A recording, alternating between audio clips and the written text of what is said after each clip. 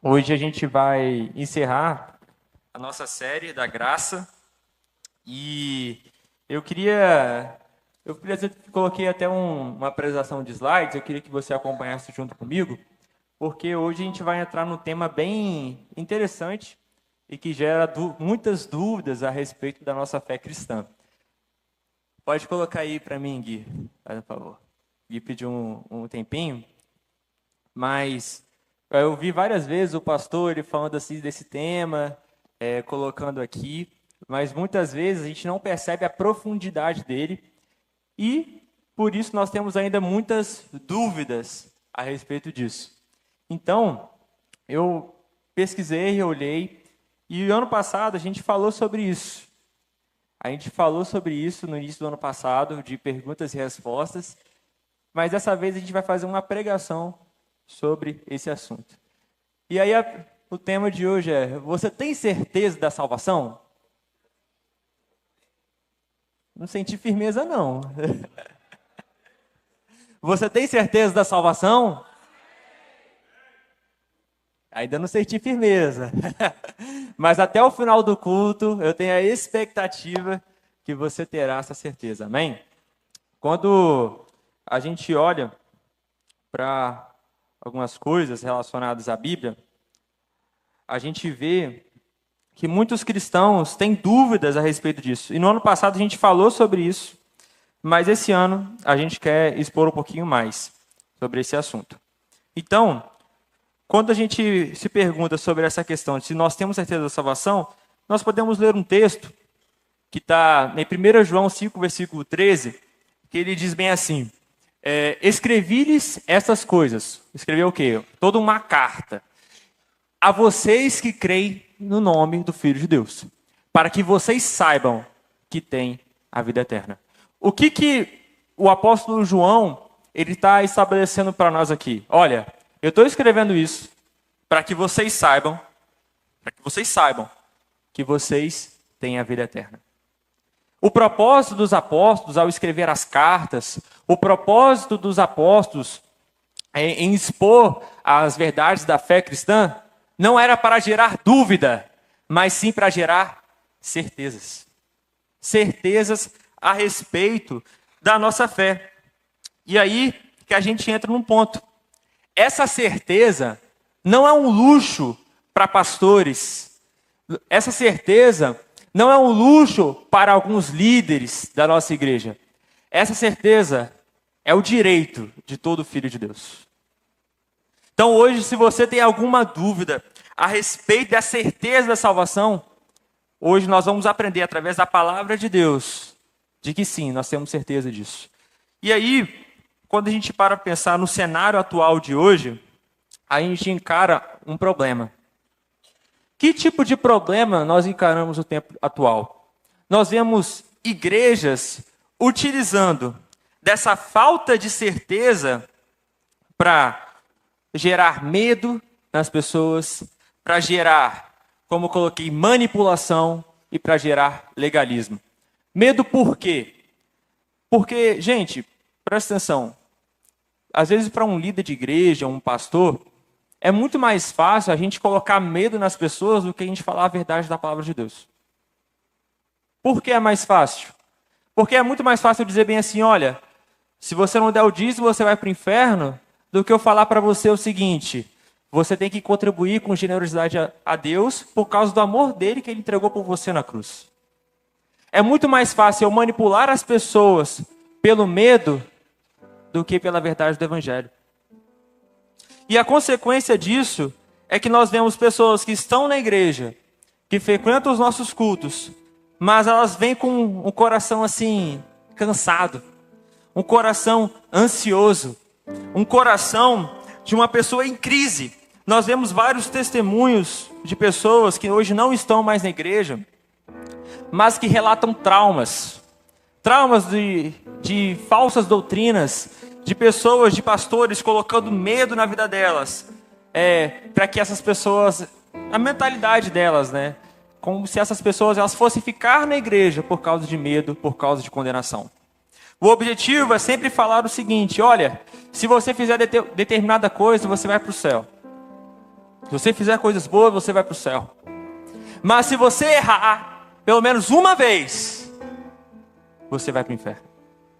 E aí, não sei quantos de aqui já ouviram aquela pregação que fala o seguinte, ó, você tem que vigiar. Porque se Jesus ficar, você fica. Se Jesus ficar, você fica. E amém, nós temos que vigiar mesmo. Nós temos que cumprir as boas obras, nós temos que seguir a Deus. Mas dá sempre uma impressão, quando é falado isso, de que se eu não estiver bem, se eu não estiver legal, pronto, acabou. Pronto, eu não vou para o céu, pronto, Jesus não vai me buscar, não, vou ficar aqui. E isso tem gerado medo nas pessoas. E quando a certeza da salvação é trocada por um sistema de recompensas e punições, a igreja ela deixa de ser um lugar de descanso e vira uma fábrica de ansiedade. E é isso que eu falo para você essa noite. A igreja não pode ser uma fábrica de ansiedade. Ela deve ser um lugar de descanso, um lugar de restauração, um lugar de graça, um lugar de amor, um lugar onde a gente pega as pessoas e ministra a graça de Deus na vida delas. Por esse motivo, eu queria trabalhar com vocês como que a gente pode restaurar essa certeza da salvação. Às vezes você já tem essa certeza da salvação, mas como que você pode restaurar na vida de outra pessoa? Ou até mesmo se você não tiver essa certeza ainda, como que você pode olhar para dentro de si, fazer um autoexame e falar, eu sou realmente salvo? E essa salvação ela não se perde. Por isso nós vamos olhar hoje na palavra de Deus, vamos entender através dos textos bíblicos, o que a Bíblia fala para nós a respeito disso e quais certezas nós podemos confiar. Por isso, hoje eu vou falar com vocês onde está essa resposta. Então abra sua Bíblia comigo em Romanos 8, versículo 29 ao 34. Romanos 8, 29 ao 34. Quem achou disso? Eu vou para o céu. Ninguém vai para o céu, então. Fala, eu já estou indo. Amém. Romanos 8, versículo 29. Assim diz a palavra de Deus. Pois aqueles que de antemão conheceu, também os predestinou para serem conformes à imagem de seu Filho, a fim de que ele seja o primogênito entre muitos irmãos. E é o versículo 30. E aos que predestinou, também chamou. E aos que chamou, também justificou. Aos que justificou, também glorificou. Que diremos, pois, diante dessas coisas? Se Deus é por nós, quem será contra nós?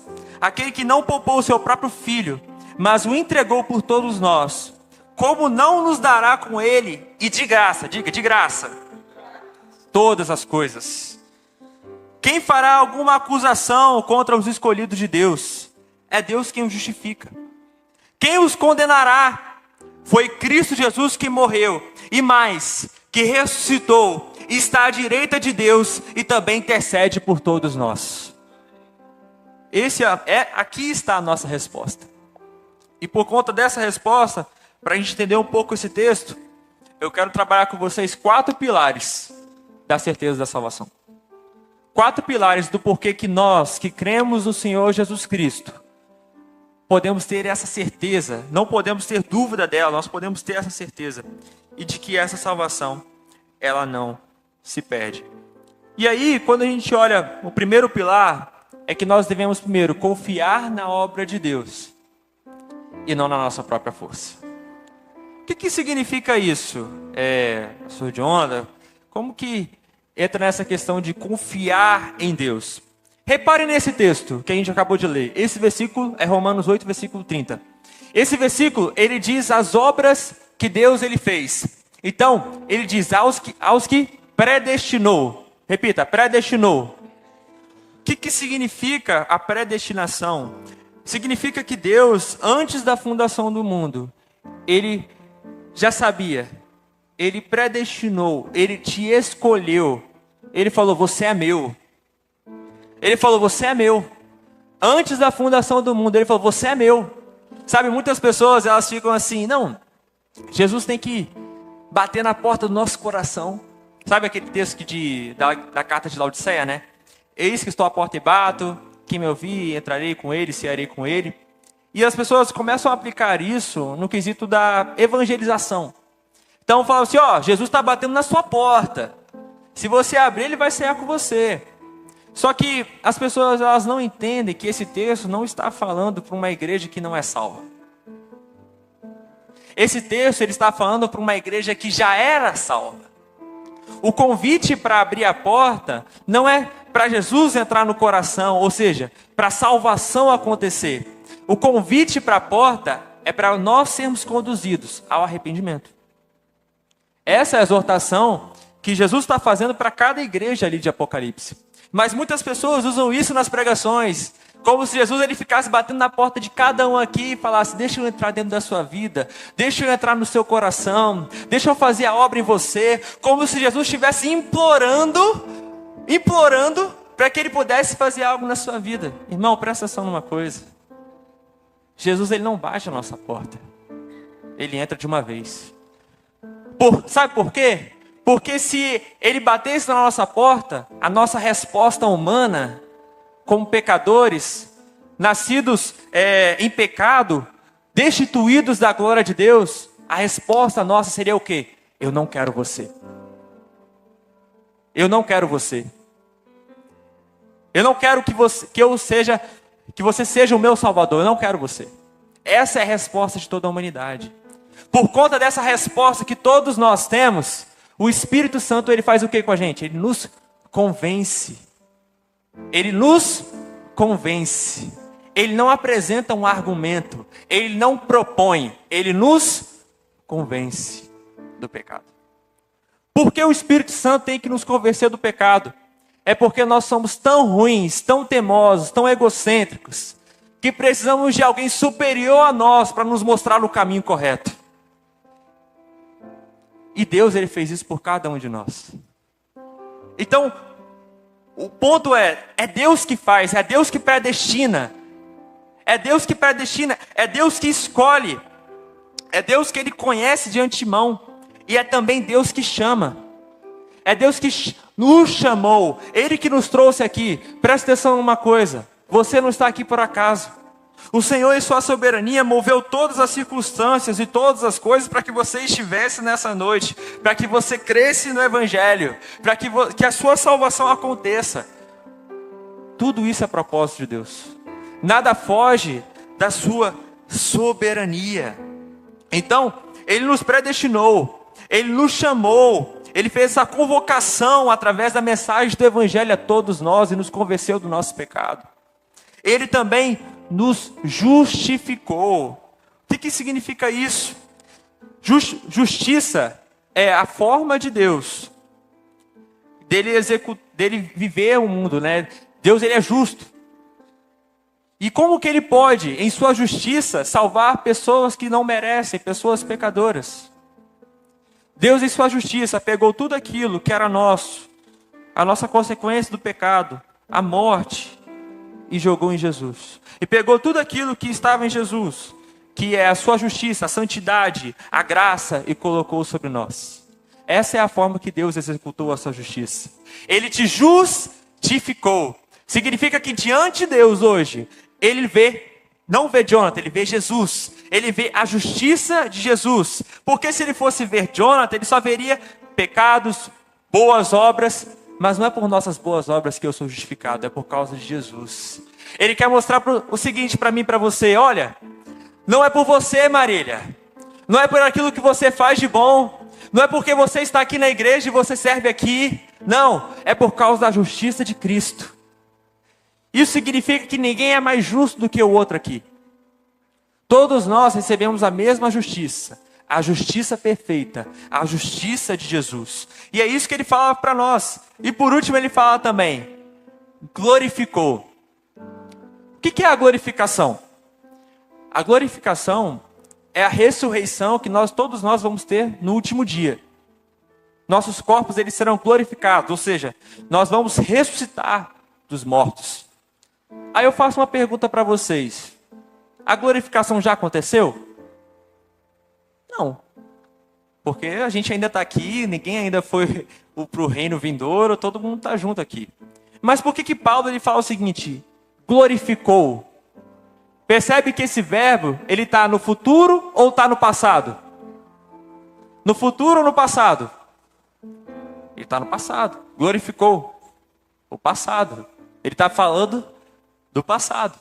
O que isso quer mostrar para nós, irmãos? O que Paulo está querendo ensinar aqui para a gente? Ele quer enfatizar que a glória futura é tão certa que já pode ser descrita como consumada. É tão certo que você vai ressuscitar no último dia que ele já pode dizer, já glorificou. Ou seja, você não precisa ter mais dúvidas, porque a sua glorificação está certa, porque você colocou a fé no Senhor Jesus Cristo. Irmão, se você não se alegra por isso, eu não sei o que você está fazendo no banco aí. Porque quando eu ouço isso, meu espírito ele fala assim, meu Deus, esse Deus é bom demais. Essa graça é maravilhosa. Irmãos, a obra consumada, ela é maravilhosa. E todas essas coisas que Deus ele fez, ele nos predestinou, ele nos chamou, ele nos justificou, ele nos glorificou. Como que a gente pode entender isso melhor? A gente pode entender isso melhor como se fosse uma corrente assim de titânio. E é como se Deus ele tivesse ali segurando essa corrente. Cada corrente, cada passo desse elo da corrente é esse ponto: eleição, o chamado, a justificação e a glorificação. É um elo que tem ali, uma corrente. Aí os teólogos chamam essa corrente de corrente de ouro. O passo a passo de Deus para nos conduzir à salvação. Sabe o que tem nesse elo dessa corrente? É que ele não se quebra. Esse elo ele não pode ser quebrado. Se esse elo dependesse da força humana, não, deixa eu segurar nessa corrente aqui. Todos nós já teríamos caído. Mas porque quem está segurando é o próprio Deus, essa corrente ela não se quebra. Ela fica para sempre ali. Ela é inquebrável. E quais as aplicações dessa verdade, de confiar na obra de Deus? Quais as implicações disso para a minha vida? Primeira coisa, nós temos que deixar de viver num relacionamento com Deus de bem me quer, mal me quer. Quem já viu isso? Deus ele fala bem assim, não, hoje eu estou bem, então eu vou lá e fico... Eu estou fazendo boas obras, eu estou na igreja, eu estou servindo, então Deus está lá, hoje Deus me quer. Aí quando você vai lá e cai, peca, erra, aí fala, não te quero mais. Tem gente que acha que Deus é assim. Deus fica nessa relação de bem me quer, mal me quer. Ele fica ali, lá em cima com o livro da vida, ele escreve o nosso nome a lápis. Ele fica escrevendo o nosso nome a lápis, né? Aí você vai lá, ele escreve seu nome a lápis, o Jonathan aceitou Jesus, então eu vou escrever aqui a lápis. Mas quando que ele vai escrever a caneta? Não, ele só escreve a caneta lá quando o Jonathan morrer, aí tudo tá certo? Então eu vou escrever a caneta aqui. Tem gente que acha que a nossa relação com Deus é assim, onde ele fica escrevendo o nome das pessoas no livro da vida a lápis. Mas deixa eu falar uma coisa para você. O seu nome está escrito a caneta antes da fundação do mundo. Antes da fundação do mundo, a Bíblia diz em Apocalipse 3, versículo 8, que o Cordeiro de Deus já tinha sido morto antes da fundação do mundo. O que significa antes da fundação do mundo? Significa que antes mesmo de Adão pecar, já havia a provisão de perdão para cada um de nós aqui. Já havia a provisão do perdão de Deus. Outra coisa que a gente precisa entender, sempre quando a gente coloca sobre essa questão da certeza, nós pensamos sempre nos desviados. Aquelas pessoas que se desviam. Então, não, eu conheço um pastor, eu conheço um pregador, eu conheço um obreiro, eu conheço um líder, que quando ele estava na igreja, ele estava servindo ao Senhor, mas aí chegou um determinado momento que ele foi lá e saiu. E como que a gente pode falar dessa pessoa? Ela era salva ou não era? Gera essa dúvida na cabeça das pessoas, né? Como que a gente lida com isso, sendo que tem tanta pessoa na igreja que se desvia? Tanta pessoa na igreja que estava nos caminhos do Senhor, mas hoje não está mais. Aí a própria Bíblia ela responde isso. Em 1 João 2, versículo 19. Gui, tem como abrir para mim 1 João 2, versículo 19, fazendo um favor? 1 João 2, versículo 19. Abre aí para mim. Porque essa verdade é uma verdade muito importante para tirar a dúvida de todas as pessoas que estão aqui. 1 João 2, versículo 19. Olha o que 1 João 2, 19 diz. Eles saíram do nosso meio, mas o que ele diz? Não eram dos nossos. Pois, aí ele começa a justificar. Se fossem dos nossos, teriam permanecido. O fato de terem saído mostra que nenhum deles era dos nossos. Qualquer resposta que nós vamos dar para esses casos de pessoas que estavam junto com a gente, que lideravam, pregavam, eram pastores, etc. É muito simples. Eles não eram dos nossos. A própria Bíblia já respondeu isso para a gente. Porque quem é dos nossos permanece. Não existe pessoa que é salva e não permanece. Não permanece na fé, não persevera na fé, não busca a santidade. Nós temos que buscar a santidade. Pode voltar aqui o texto. Então, nós precisamos reinterpretar esses desviados. E aí por que a gente tem tanta dificuldade em entender isso? É porque nós vemos muitas pessoas que frequentam os nossos cultos, participam, mas participam da religião. O que é participar da religião? Participar da religião é trabalhar no Reviva, servir na recepção, tocar na igreja, pregar, discipular, mas não ter relacionamento com Deus. Isso é viver na religião.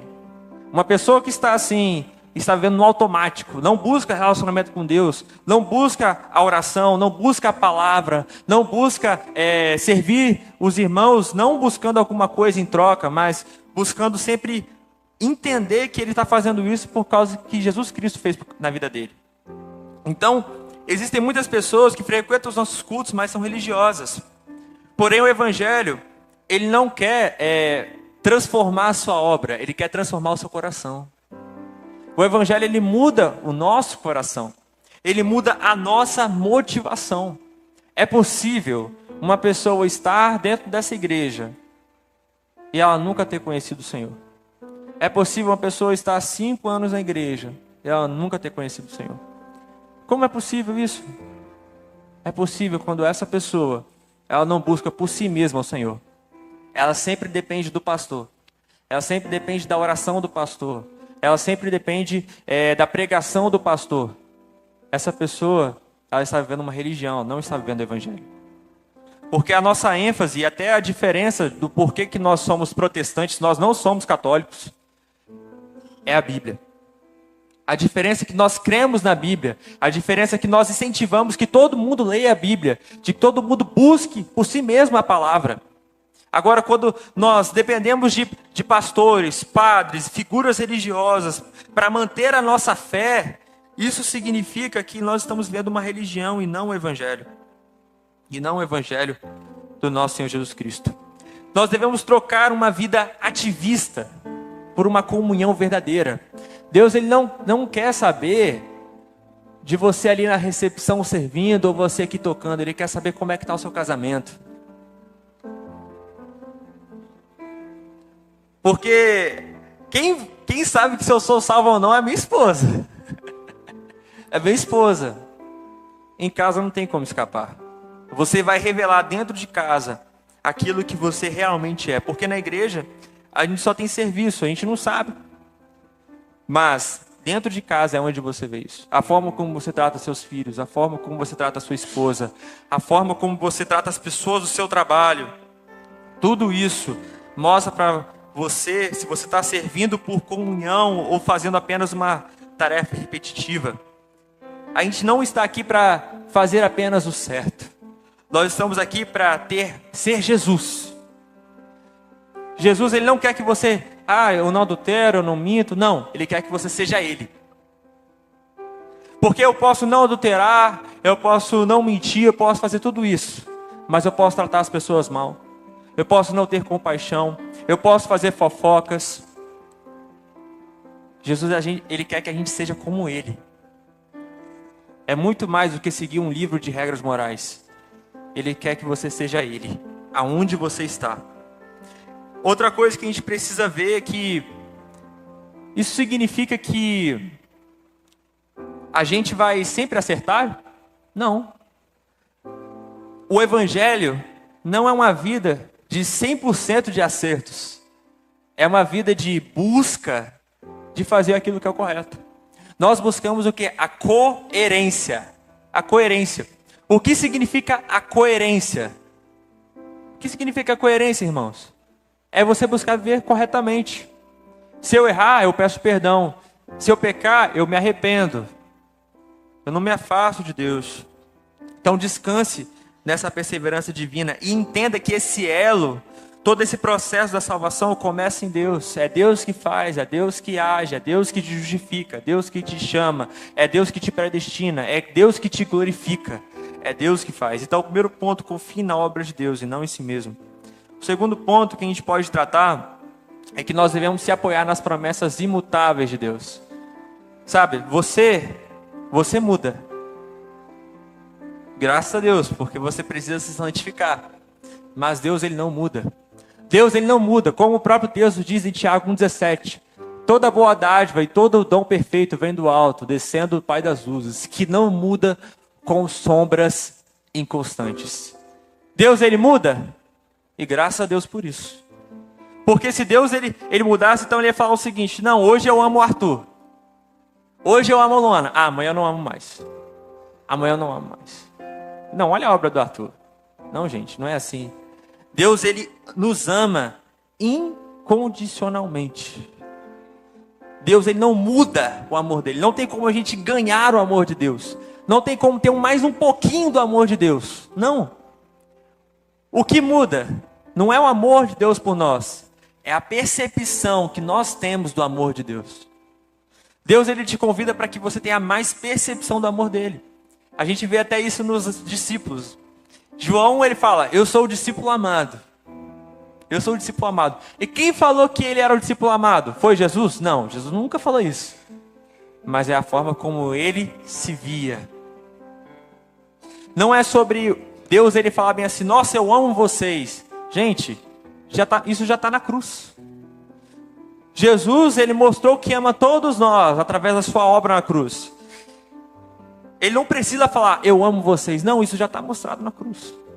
Agora, o que a gente precisa? A gente precisa buscar entender esse amor. Buscar compreender mais esse amor. Então Deus, Ele não mente. Deus, Ele não muda. Deus, Ele também não mente. Ele fala: olha, Deus não é homem para que minta, nem filho do homem para que se arrependa. Acaso Ele fala e deixa de agir? Acaso promete e deixa de cumprir? Se Deus, Ele é assim, Ele falou o seguinte, que aqueles que de antemão Ele conheceu, Ele chamou, Ele justificou e Ele também glorificou. Então isso quer dizer que Ele pode mentir em relação a isso? Ele pode dizer que uma pessoa ela é glorificada, foi glorificada e outra pessoa não? Não, irmãos. Deus, Ele não mente. Deus, Ele não se contradiz na sua palavra. Ele não se contradiz. Outra coisa, Deus, Ele não falha.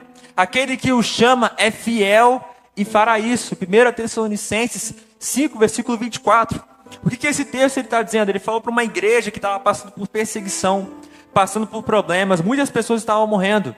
E ele falou bem assim, o apóstolo Paulo falou bem assim para aquela igreja: olha, aquele que o chama, aquele que o salvou, ele é fiel. E ele vai fazer isso. O que ele vai fazer? Ele vai te salvar. Ele vai te ressuscitar no último dia, porque Ele é fiel. E não é fiel a você, mas fiel a Ele mesmo. Fiel à sua palavra, aquilo que Ele disse. Deus, Ele é fiel. O que isso quer mostrar para nós, irmãos?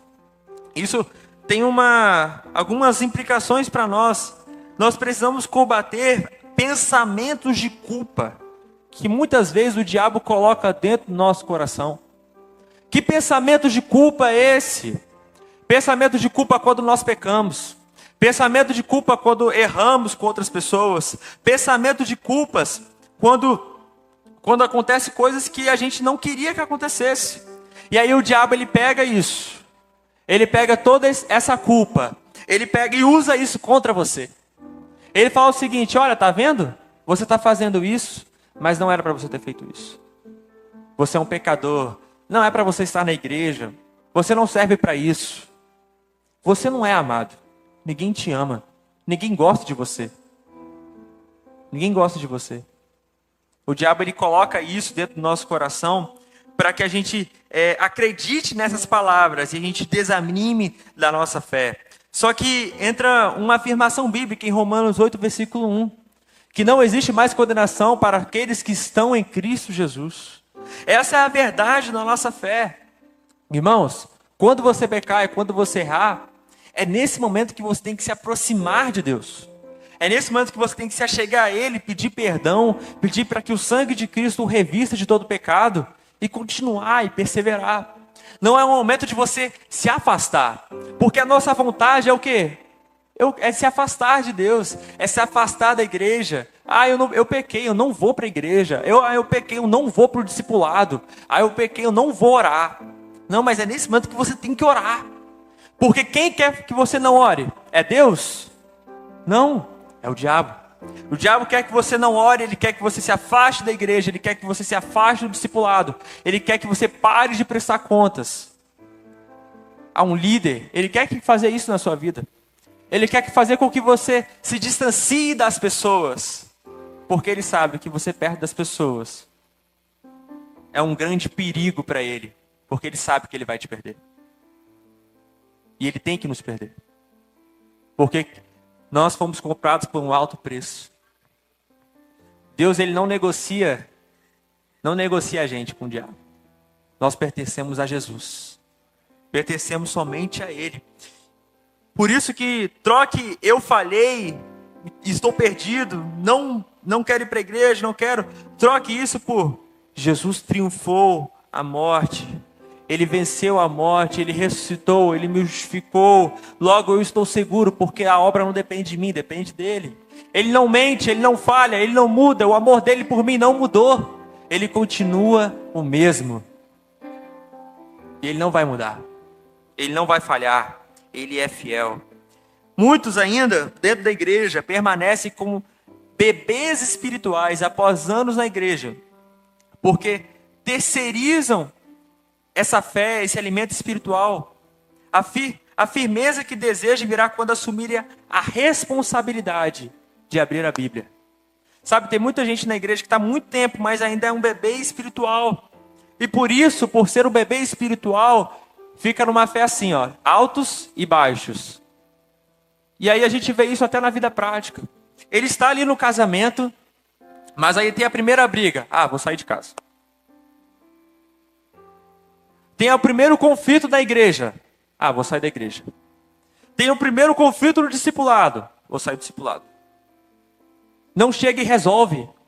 É um bebê espiritual. Por que um bebê espiritual? Porque não buscou a palavra.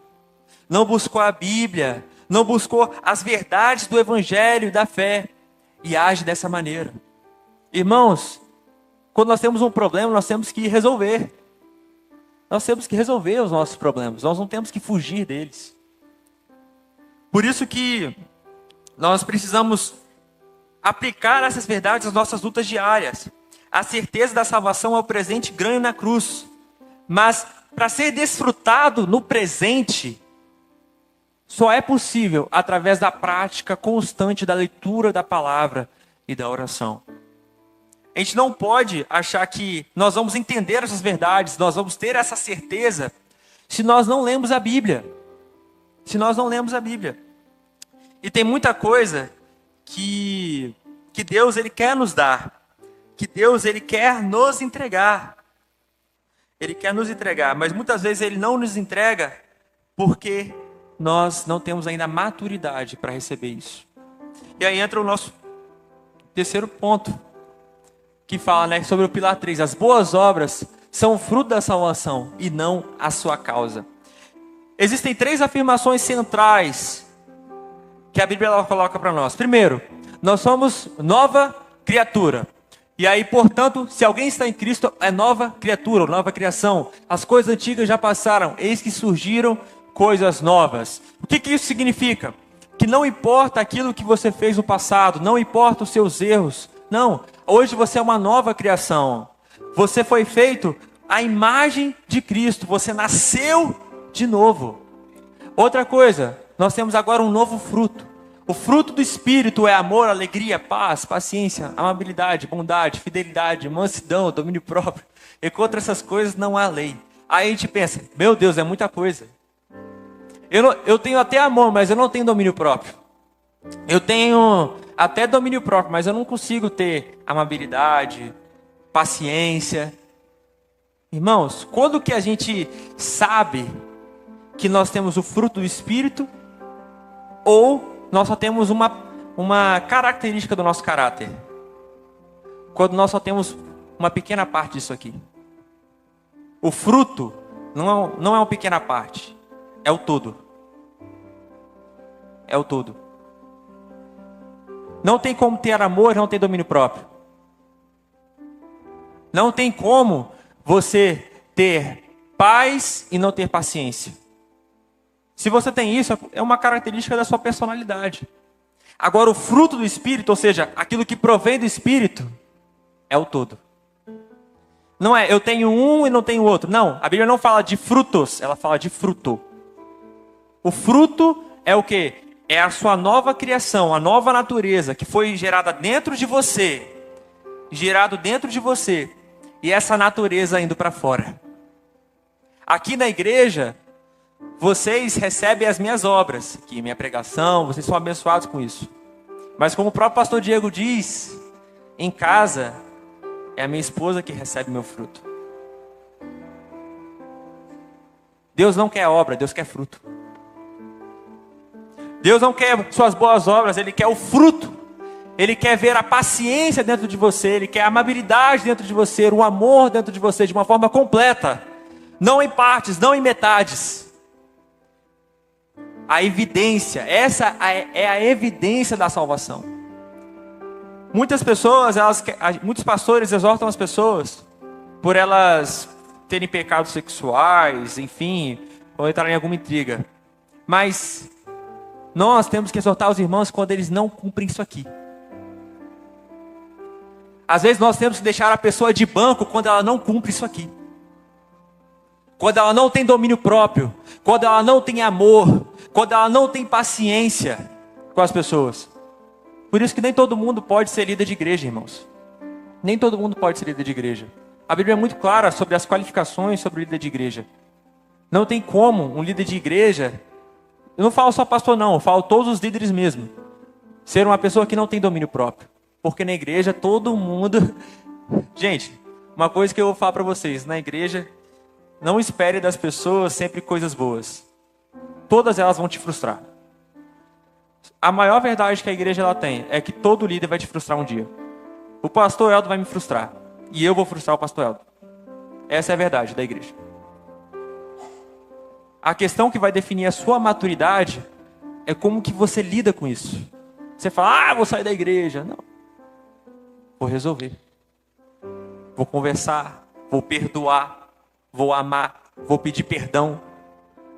Essa é a diferença dos meninos para os maduros. Dos homens. É isso que Deus nos chama a ser. Ele quer que a gente seja igual a Jesus Cristo. E aí ele fala de uma nova atitude. Da mesma forma, considerem-se mortos para o pecado, mas vivos para Deus em Cristo Jesus. Você morreu para o pecado. Não existe essa flexibilização com o pecado. Sabe aquela coisa? Daquela pessoa dizendo assim, olha, eu estou aqui na igreja, larguei o mundo, larguei isso, parei de fazer aquilo, eu gostava de fazer aquilo, mas hoje não estou fazendo mais e tal. Sabe aquela pessoa que ela fala do passado com gosto? Sabe, com gosto, tipo assim, saudade? Saudade do que a gente já viveu? Já viu? Uma pessoa assim, que tem saudade do passado, essa pessoa não nasceu de novo. Porque a pessoa que nasceu de novo, ela não tem saudade do passado. Ela tem nojo do passado. Nojo do passado, porque ela morreu pro passado. Umas vezes eu encontrei até um senhor que ele falou assim, não, quando eu estava ali, caminhoneiro, né? Falou assim, cada 1000 quilômetros era uma mulher. E ele falando, ele era crente, né? Ele falando assim pra... Aí até a Gabi falou comigo assim, como que ele pode se orgulhar disso? Gente, quem se orgulha disso são pessoas no mundo. A gente não se orgulha dessas coisas. Porque nós morremos no pecado. Não existe uma pessoa que é salva e tem prazer no pecado. Não existe como isso. Não tem cabimento isso. Então, a gente precisa entender que o Evangelho, ele nos conduz para essas boas obras. Cristo, ele cresce dentro de mim e o meu ego, ele diminui. E esse processo só o Espírito Santo realiza. É o Espírito Santo que faz através de nós e por isso nós pertencemos a Ele. E aí para a gente poder caminhar para o pilar 4. Um relacionamento constante com Deus fortalece a certeza da nossa salvação. E aí nós temos um texto de Romanos 8, versículo 15 ao 16, que diz: o próprio Espírito testemunha ao nosso Espírito que somos filhos de Deus. Então, aqui tem 2 Espíritos aqui, né? Como vocês podem observar. Você vê um Espírito em letra maiúscula e um Espírito em letra minúscula. O Espírito em letra maiúscula é o Espírito Santo, amém? O Espírito em letra minúscula é o nosso Espírito. O Espírito que habita em cada um de nós quando nós cremos em Jesus Cristo. Uma pessoa que não crê em Cristo não tem esse Espírito ainda, ok? Esse Espírito é como se estivesse desativado. Para a gente colocar um exemplo, é como se fosse um Wi-Fi. Quando Deus ele vai lá e ele te salva, ele coloca um Wi-Fi em você. Ele liga esse Wi-Fi. E aí esse Wi-Fi se liga à rede Jesus, Espírito Santo. E a partir do momento que você tem essa rede do Espírito Santo, você está ligado a ela e assim é Jesus. Amém? Porque nós temos acesso por causa de Jesus. E essa rede do Espírito Santo é como se fosse ligada no momento da nossa salvação. Agora que você é salvo, você tem um acesso direto ao Espírito. E Ele quer falar com você, Ele quer conduzir a sua santificação. E Ele quer testificar dentro de você que você é filho de Deus. Quem aqui é salvo? Mas eu não posso dizer para você se você é salvo ou não. Eu posso julgar as suas obras e falar, não, olha, pastor Eldo, as obras dele mostram que ele é um homem salvo. Posso falar dessa forma. Mas quem que tem a garantia disso? Só ele. Só ele pode falar que ele é salvo, de que ele é filho de Deus. Por quê? Porque essa certeza não vem de nós mesmos, vem do próprio Espírito. É o Espírito que testifica ao nosso Espírito que somos filhos de Deus. O Espírito está falando com você aí? Sabe essa coisa dentro de nós que fala assim, você é filho de Deus, você é amado. Sabe o coração aquecido quando a gente ouve a mensagem do Evangelho? É o Espírito Santo. Quando a gente começa a expor a mensagem do Evangelho, a falar as afirmações da fé, parece que o Espírito dentro de nós, ele vai lá e dá uma pulada aqui, né? O coração, ele fica aquecido. A gente sente essa realidade espiritual. Essa realidade espiritual não vem pela razão. Porque uma coisa que você tem que entender, irmãos. Muitas vezes você não vai se sentir filho de Deus. Principalmente quando você peca. Primeira coisa que acontece quando nós pecamos, condenação. Nós não podemos basear a nossa fé em sentimentos. Nós temos que basear a nossa fé em convicção. Em convicção. Deus, ele fala ao nosso espírito que nós somos filhos de Deus. É um testemunho direto. É uma experiência. Não é um papel de adoção. O que eu quero dizer com isso? Não é um texto que diz assim, um espírito testifica no seu espírito que você é filho de Deus. Isso aí é um papel. Não, essa palavra, ela tem que se tornar realidade no nosso interior. Tem que testificar aí dentro. O Espírito Santo testificando aí dentro. É uma experiência real com Deus. E aí que nós vemos algumas coisas. O Espírito, ele confirma, ele ilumina e ele evidencia isso através das nossas obras. E aí a gente pode pensar, né? sobre algumas aplicações sobre essa verdade. A gente tem que entender sobre a nossa oração. A nossa oração. Nós devemos orar conscientemente, dizendo o seguinte: Espírito Santo, faz-me ouvir o teu sim interior.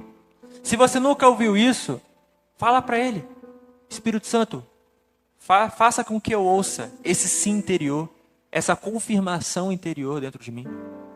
Faça que eu ouça isso dentro de mim. E quando a gente olha algumas coisas, a gente vê até sobre a nossa oração. Sabe a nossa oração? A nossa oração, muitas vezes, tem sido o seguinte: pedir, pedir, pedir, pedir. Muita gente acha que orar é pedir, pedir, pedir, pedir. Só que muitas vezes você ora, você pede e você não recebe. E a Bíblia ela fala o seguinte, lá em Tiago, que muitas vezes nós não recebemos porque nós pedimos mal. O que é pedir mal? É pedir coisas que não estão alinhadas com a vontade de Deus. Se você quer pedir e receber, o que você precisa então? Estar alinhado com a vontade de Deus. Certo? Ok. Então por que a nossa oração não é sobre: Senhor, me faça mais parecido contigo. Senhor, muda meu coração. Senhor, faça mais semelhante a ti. Senhor, me faça uma pessoa mais perdoadora. Senhor, me faça uma pessoa mais paciente. Senhor, coloque o fruto do Espírito em mim. Por que a nossa oração não está sendo uma oração de santidade? E sim uma oração de petições. Senhor, me dá um emprego. Senhor, me dá aumenta o meu salário. Senhor, me abençoe nisso, me dê essa cura. E por que muitas vezes nós não recebemos? Porque o nosso coração não está alinhado com o Senhor. O nosso coração não está alinhado à vontade dEle. Nós precisamos fazer essa oração conscientemente. Conscientemente. Precisamos falar para Ele: Senhor, transforma o meu coração, transforma a minha vida, me faça semelhante a Ti. Você vai perceber que as suas orações vão começar a ser respondidas. Porque o que Deus Ele quer de você não é fazer a sua vontade, é fazer com que o seu coração seja igual ao coração de Jesus Cristo. Fazer com que as suas atitudes sejam igual à atitude de Cristo. Esse é o propósito de Deus. E para que isso aconteça, Ele vai te colocar muitas vezes em lugares desconfortáveis, com pessoas não tão legais assim, pessoas que vão te ferir, pessoas que vão te machucar, porque Deus Ele não quer o seu conforto. Ele quer a sua santidade. Ele quer a sua santidade. Então, a gente precisa entender que esse Abba Pai do nosso espírito confirma isso. E eu faço um convite a vocês para reflexão. Em qual promessa você tem ancorado sua certeza? Qual dessas promessas você tem ancorado a sua certeza? Não, eu acho que eu sou, pastor Jonathan. Não, você não acha nada. Você tem que estar baseado numa certeza. Onde está ancorada a sua certeza? Segunda pergunta: você vê Cristo nas suas atitudes? Dentro de casa, no seu relacionamento com seus filhos, com seu esposo, com sua esposa, no seu trabalho, você vê Cristo nas suas atitudes? Como tem se evidenciado o fruto da salvação na sua vida? Isso vai mostrar se você está vivendo uma religião ou o evangelho. Terceira pergunta: quando você peca, você corre para Deus ou foge dele? Sabe, quando a gente tem os nossos revivas, o revival é sempre um boom de Deus, né? Tipo assim, é como se Deus ele fosse lá e te enchesse da graça dele, da glória dele, e a gente volta do revival sempre avivado. Mas uma coisa que a gente sabe que acaba acontecendo, que as pessoas elas vão no encontro, mas com o tempo muitas desanimam. Não todas, mas muitas desanimam. E por que muitas pessoas desanimam? Sr. Jonathan, muitas pessoas desanimam porque na hora que elas pecam, elas fogem de Deus. Elas não se achegam até Deus, não se achegam até os pastores, aos líderes, aos discipuladores. Elas fogem de Deus. Então essa é uma questão prática. Não fuja de Deus. Não fuja da igreja. Não fuja do discipulado. Busque ajuda, busque conserto. Busque pessoas mais maduras que você para te guiar no caminho. E eu tenho certeza que você não vai mais fugir de Deus. Amém? E aí a gente pode, para concluir, para a gente falar cada ponto do que a gente aprendeu hoje, 4 pilares para que a gente tenha certeza da salvação. O primeiro, confie na obra de Deus e não na sua própria força. Segundo, apoie-se nas promessas imutáveis de Deus, não em sentimentos passageiros. Terceiro, as boas obras são fruto da salvação e não a sua causa. E quarto, o relacionamento constante com Deus fortalece a certeza da salvação. Eu tenho certeza que se você se apegar a esses 4 pilares, você sairá daqui com mais certeza ainda de que você foi salvo pelo Senhor Jesus Cristo. Amém?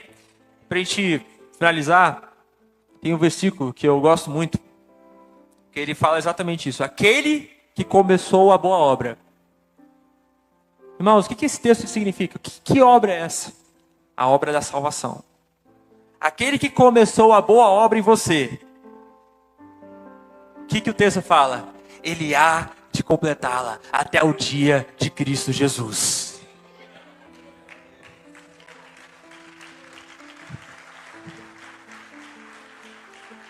Quem começou a boa obra não foi você. Quem começou a boa obra foi Deus. Nós não tínhamos capacidade para começar essa obra. Nós não poderíamos conseguir isso. Nós somos pecadores, afastados de Deus. Nós só queremos o mal sem Jesus Cristo. Mas Deus, ele foi lá em sua soberania. E ele falou, deixa eu começar a obra em você. Deixa eu pegar você. A gente fica perguntando, nossa, mas como é que isso vai ser? Será se eu vou conseguir? Será se eu vou permanecer na igreja? Aí tem pessoas que chegam pra gente e falam o seguinte, não está na minha hora ainda. Quem já ouviu isso? Não está na minha hora. Todo mundo aqui já falou isso. Não está na minha hora. Deixa o tempo de Deus. Irmãos, o que esse está na minha hora quer dizer? A pessoa ela quer, digamos assim, se limpar, se curar, se resolver para depois ir para a igreja. Mas é o contrário. Gente, vamos lá. Quando a gente toma banho, a gente primeiro vai para a pia, se lava e depois vai para o banho? Não. O que a gente faz? A gente vai direto para o banho. Deixa a água enxagar, lavar aqui, etc. Pois é. A igreja é o banho. A igreja é o lugar onde você vai ser restaurado. A igreja é o lugar onde você vai conhecer o Senhor Jesus Cristo.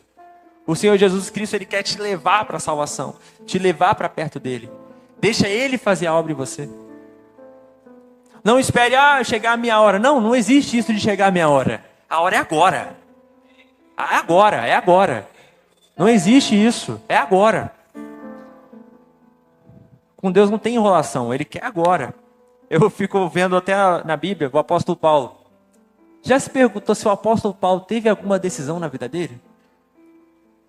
Ele estava no caminho de Damasco, estava indo perseguir os cristãos. Aí Jesus vai lá e aparece para ele. Pum. E ele fala assim, Paulo, por que me persegues? E ele vai lá falar bem assim com ele, olha, você vai ser meu apóstolo, eu vou te chamar e você vai sofrer muito pelo meu nome, tá? E você vai pregar o evangelho aos gentios. Do dia da conversão de Paulo, nem perguntou, ei Paulo, você quer? Não. Vem cá que você é meu, eu quero você para mim, eu te elegi antes da fundação do mundo e eu tenho um propósito da sua vida. É assim que Deus faz. É assim que Deus faz, por quê? Porque não tem obra nenhuma de Paulo, não tem obra nenhuma minha, não tem obra nenhuma sua, não tem nada de nós, é tudo dele. É ele que faz, é ele que chama, é ele que elege, é ele que justifica, é ele que glorifica. Você crê nisso? Então, para a gente finalizar e orar, o versículo ele termina, do que a gente leu como texto base. Se Deus é por nós, quem será contra nós? Se Deus que te justificou, quem pode ir contra você? Então pare de ter dúvidas. Saia daqui de uma certeza de que Deus ele te ama, de que Deus ele te preserva, de que Deus te justifica, que Deus que te santifica, que Deus ele vai te preservar até o fim da sua vida. Amém? Vamos orar? Amém? Vamos orar. Olha, se você é uma pessoa que alguém aqui que ainda não tem essa segurança, você sente que você não tem essa segurança ainda, você sente que você não está em Cristo, você sente que você tem que mudar a sua vida, eu falo uma coisa para você: venha a Cristo hoje, vem para Jesus hoje. Cristo, Ele nunca vai rejeitar pessoas que se achegam a Ele, porque sabe qual é um fruto de que Deus Ele te chamou, de que Deus Ele te elegeu? Sabe qual é, irmãos? É a vontade, essa vontade que existe dentro do nosso interior de estar com Ele. Se você tem essa vontade, Ele está te chamando essa noite. Vamos orar. Senhor, Pai, nós estamos aqui perante a Ti e colocamos a nossa vida em Tuas mãos, Pai. Senhor, nós te pedimos que, se tiver alguma pessoa aqui que ainda não tem essa certeza dentro do seu interior, que ainda não tem essa convicção, Pai, que o Senhor converse ela agora. Senhor, que o Senhor a salve agora. Que o Senhor manifeste a Tua graça na vida dela agora, Pai. Que em nome do Senhor Jesus, nós possamos sair daqui com essa convicção de que o Senhor nos ama, de que nós somos salvos. Saímos daqui com a convicção da graça do Senhor Jesus, daquilo que o Senhor fez por nós na cruz. Pai, tire de nós toda dúvida, tire de nós toda incerteza, tire de nós toda condenação, tudo que provém, Pai, não de Ti, mas do diabo. Senhor, coloque em nossos corações a Sua certeza, a certeza do Teu Evangelho e da Tua graça. Em nome do Senhor Jesus. Amém? Glória a Deus. Amém? Glória a Deus.